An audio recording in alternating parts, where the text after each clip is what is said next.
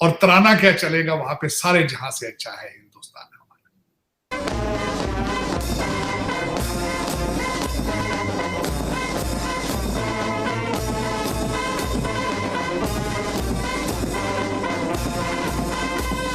तो जेट त्यारे भारत के अंदर बनेंगे, उनकी उस कॉन्ट्रैक्ट की स्याही अभी सूखी नहीं, ये दूसरा कॉन्ट्रैक्ट बनने जा रहा है।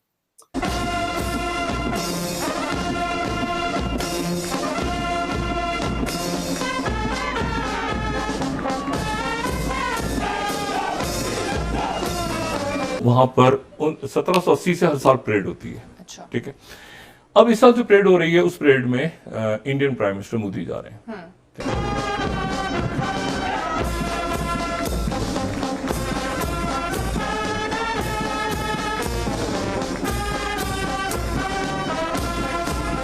सिर्फ मांग मांग के जब तक कंट्री चलाते रहेंगे तब तक कोई इज्जत नहीं होगी। इज्जत तभी होगी जब हमारी इकोनॉमी जो है वो बेहतर होगी, ट्रेड होगी, बिजनेस होगा, तभी कुछ हो पाएगा। और इसकी एग्जांपल भारत से बेहतर हमें मिल नहीं सकती। मेरा ये सवाल है कि मतलब जाते हैं, अगर शहबाज शरीफ जाएं, जैसे अभी इंडिया के प्राइम मिनिस्टर गए हैं, तो वहाँ पे ये नारे लगे हैं, मोदी है तो मुमकिन है, वहाँ पे नारे लगे हैं। जैसे आपका प्रधानमंत्री भी वहां पे गए थे फ्रांस में, जिसके बाद आग लगी थी वहां पर, तो वो गए वहां पर जी, वो माचिस देने गए थे वो। जी पता नहीं, मुझे लगता है वो पेट्रोल भी लेके गए थे। नमस्कार दोस्तों, फ्रांस की बेस्टिल डे परेड में शुक्रवार को पीएम नरेंद्र मोदी बतौर चीफ गेस्ट शामिल हुए।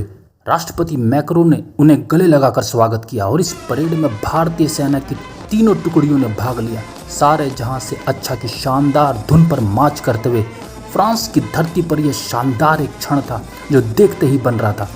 14 जुलाई 1880 को पहली बार पेरिस में इस परेड का आयोजन हुआ। इसके बाद से लगातार ये परेड होती आ रही है और सिर्फ 2 बार ऐसा हुआ है जब ये परेड नहीं हो सकी। एक बार वर्ल्ड वार 2 के दौरान और दूसरी बार 2020 में कोविड के समय। 1998 के पोखरण टेस्ट की वजह से जब भारत पर बैन लगा तो उस समय कोई भी पश्चिमी देश भारत के साथ रिश्ते नहीं शुरू करना चाहता था। ऐसे में उस समय के फ्रांसीसी राष्ट्रपति जैक शिराक ने भारत का साथ देने का मन बनाया और इसी वजह से भारत और फ्रांस की साझेदारी इतनी मजबूत है कि पाकिस्तान को भी देख करके हैरानी होती है और साथ ही साथ मन ही मन भारत को इतना सम्मान मिलते देख वो जल और भुन जाता है। पिछली जो भारत ने डील की थी फ्रांस के साथ, कुछ 36 एक राफेल की, अभी तो वही हमें समझ नहीं आ रही थी कि इतना ज़्यादा भारत ने पैसा लगा दिया। और सुनने में आ रहा है कि अभी जो नरेंद्र मोदी साहब पेरिस पहुंचे हैं, वहाँ पे गेस्ट ऑफ ऑनर हैं बेस्टाइल डे पे, वो 26 और जहाज़ खरीद रहे हैं और राफेल खरीद रहे हैं और साथ कोई 3 सबमरीन्स भी खरीद रहे हैं।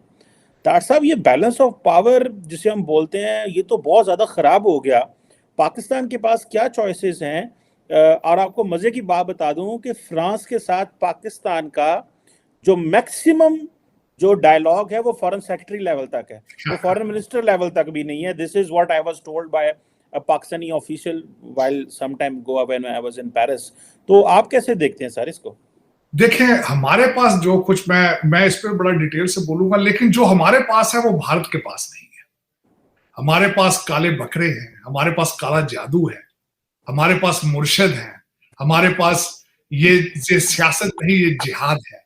हमारे पास जो कुछ है वो इस खित्ते में अब अफगानिस्तान भी छोड़ चुका है जहां हम जाने की ख्वाहिश रखते हैं। हमारी एक न्यूक्लियर पावर, एक आपकी खातून ने अगले दिन साबिक मिनिस्टर ने टीवी चैनल्स पे कहा है कि एक एटॉमिक पावर अमलियात पर चलती रही है 3.5 साल। वो देखे ना, आपके पास जो कुछ है वो किसी के पास नहीं है मेरे ख्याल में। मैं समझता हूं कि ये, लेकिन प्रैक्टिकल, मैं आज अपने कुछ पढ़े लिखे अनपढ़ दोस्तों से आज मैं मुखातब होना चाहता हूं, खासकर जो जरा बात करें भारत की या मोदी जी की बात करें तो या तो उनका इस्लाम खतरे में आ जाता है या फिर उनकी सेल्फ कॉन्फिडेंस जो वो मजरू हो जाता है, हालांकि हकीकत से बहुत दूर है।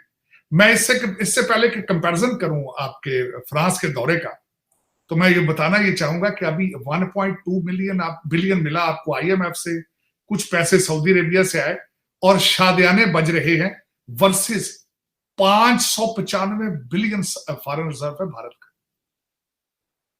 595 बिलियन डॉलर।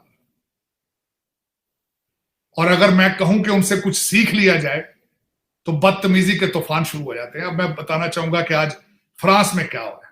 फ्रांस में क्या, मैं एक तो पहले मैं ये बताना चाहूंगा कि राफेल तैयारे जो हैं ये किसके मुकाबले में हैं। ये F-18 हॉर्नेस तैयारे को सुपर उससे सुपीरियर एबिलिटी रखता है राफेल। और ये मरीन तैयारा है, ये उनके जो कार्गो शिप्स हैं उसके ऊपर से चलेगी, उससे भी आगे छोड़े।